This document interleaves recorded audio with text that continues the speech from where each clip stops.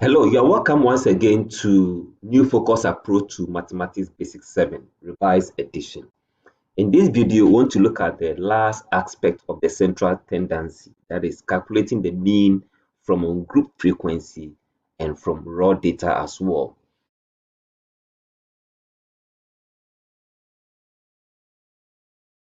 So we'll take example. Let's say example 1. Mary obtained the following marks in 5 of her subjects during the end of term examination. And these are the marks: 68%, 78%, 59, 82, and 88. We want to know her mean mark for the 5 subjects. Mean simply means we look at the average by adding all the numbers and divide by the total number of. And so if I have these numbers and I add all of them, okay, let's say the sum is this, divided by the number of, then I'll get the mean value. And mostly we use S bar to represent mean. So anytime you see S bar in statistics, it represents mean. Good. Now, so we want to find the mean here. So we have the numbers 68 plus 78 plus 59 plus 82 plus 88. How many do we have here? 1, 2, 3, 4, 5. So we divide everything by 5. So that is our mean, S bar. So we just do all the sum and divide by the 5. So our mean becomes 375. That's if you do the division, then we have this. Now 375 divided by 5, I think the answer will be 75 as well. And so our mean mark for this student is 75. At least her performance is not bad at all. Her average mark is 75. Now let's take another example and see. The mean age of 15 boys. 15 boys brigade is 14, and the mean age of another 5 brigade boys is 8. We want to find the mean age of 20 brigade boys. So if the first 15 boys, their mean age is 14, the remaining 5 is 8. If you put them together, what will be their mean age? Okay, we know that to find the mean is equals to sum of the variables divided by the number of variables, and that gives us the mean. So if we say the mean age of 15 boys, then we are going to have 14 is the mean. The sum, I don't know the number. Okay, the sum I don't know, but the number of them is 15. For me to know the sum, I will just multiply. So do cross multiplication. So 15 times 14, which I know that is going to give me 210, right? So then that becomes my 210. Then the next one says that another 5 brigade boys, okay, that one to the mean we know to be still the same as, let me use this number of y to represent the variables over number. Now the mean is 8. The variable I don't know. The total number I don't know, but I know the number of them, they are 5. So once again, to find for the sum of all the 5 boys' age, I'm going to get that to be 40, right?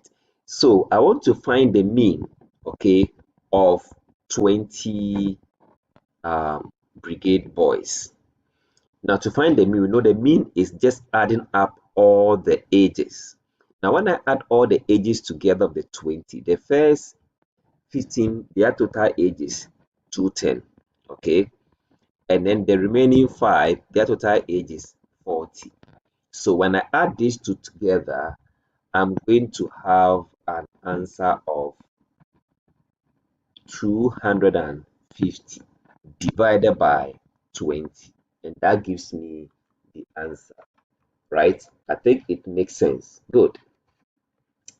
So I'm going to get my mean to be 250 divided by 20 is going to be 25 divided by 2, which is 12.5. So that becomes the mean. Good. So let's take one additional question and frequency distribution. And this is where the problem normally comes in. Here, the first question wants us to calculate the mean for the group and the percentage of group pass if the pass mark is 6. Right. So, and for the frequency, we have a formula which says that mean is equals to sum of fx over sum of f. So once the question has been put into frequency, we have to apply this principle. So we generate f and x, and always your marks or the ages or the score is your x, and the f is your frequency. Good. So let's have the table like this, okay? And we want to know our fx. So first of all, we have 9 times 4, and 9 times 4 is going to be, so that will give us 36 here. And then 8 times 3 is 24, 35, this should be 12, 20, and then 3. So we first sum all the frequency, then we sum all the frequency times the s, and then we just do our division and get our answer. So let me sum 4 plus 3, which is 7, plus this 12, 14, 19, 20. So this will give me 20. Now 36 plus 24 plus 35 plus 12 plus 20 plus 3. That should be 130. Good. Now, if we pick our mean, which says that the formula is summation of sigma fx over summation of f, then our mean now becomes 130 divided by 20, which is more or less saying this would be 13 divided by 2, because we can divide both sides by 10, which cancels the zeros. So what is 13 divided by 2? 6.5. So for this very data that we have here, okay, the mean mark, because we're talking about marks, the mean mark for the class, the whole class, is 6.5. Now our next question is to find what percentage of group pass if the pass mark was 6. So we can do this by looking at those who passed. You can see that those who scored 9, they are only 4. Those who score 8, 3. Those who score 7 are 5. And those who score 6 are 2. And if you are saying the pass mark is 6, then anybody who scores 6 and above pass the exams, right? So those who score 4 marks and 3 marks, they didn't pass. So for those who score 6 and above, we have 2, 5, making 7, plus this making 10, plus this 14. So we are going to have 14 students pass. Now, what is the percentage of students who pass? That's going to be 14 divided by total number of students who took the exams, which gave us 20 from the onset.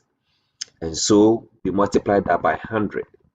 Okay, we do simple division. No, this can divide itself 1 and divide here as 5, right?